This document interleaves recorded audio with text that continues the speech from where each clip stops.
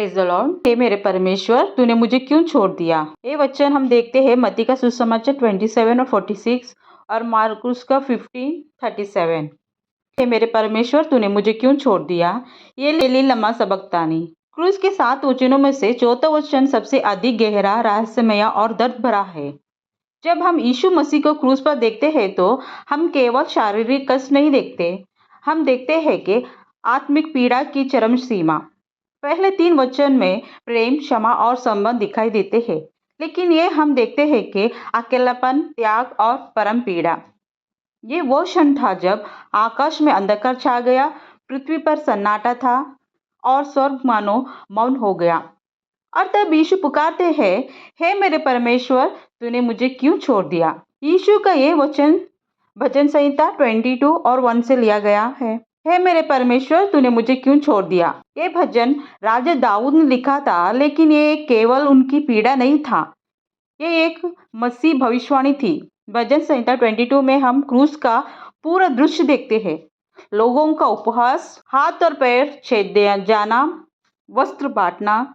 इसका अर्थ है यीशु का दुख आकस्मिक नहीं था, ये परमेश्वर की योजना का हिस्सा था। ये वचन समझने के लिए हमें एक सच्चाई समझनी होगी। 2 कोरिन्थियों का 5:21, जो पाप से अज्ञानी था और उसे परमेश्वर ने हमारे लिए पाप ठहराया। उस क्षण संसार का सारा पाप यीशु पर था, हर मनुष्य का अपराध उन पर रखा गया। परमेश्वर पवित्र है और पाप से दूर रहता है, इसलिए पहली बार पिता और पुत्र के बीच एक दूरी महसूस हुई। ये केवल शारीरिक दर्द नहीं था, ये पाप का आत्मिक भार था। तूने मुझे क्यों छोड़ दिया। ये शब्द देखते हैं कि उन्होंने वही अनुभव किया जो पापी मनुष्य करते हैं, परमेश्वर से अलगवा।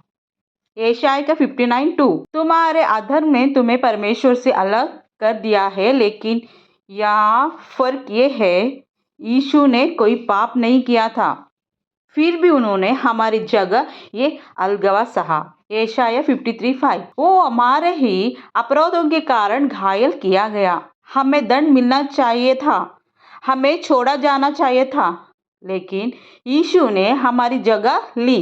उन्होंने हमारा दंड उठाया, इसलिए आज हम परमेश्वर के पास आ सकते हैं। हमें स्वीकार किया गया है। कई बार हमारे जीवन में भी ऐसे क्षण आते हैं, प्रार्थना का उत्तर नहीं मिलता, समस्याएं बढ़ती जाती है, हम अकेले महसूस करते हैं। ऐसे समय में हम भी पूछते हैं, हे परमेश्वर, तू कहाँ है। यीशु इस अनुभव से गुजरे, इसलिए वो हमें समझते हैं। इब्रानियों का 4:15, वो हमारी दुर्बलताओं में सहानुभूति रखता है, लेकिन सच्चाई ये है, इब्रानियों का 13:5, मैं तुझे कभी ना छोड़ूंगा ना त्यागूंगा। हम महसूस कर सकते हैं कि परमेश्वर दूर है, लेकिन वो वास्तव में हमें कभी नहीं छोड़ता।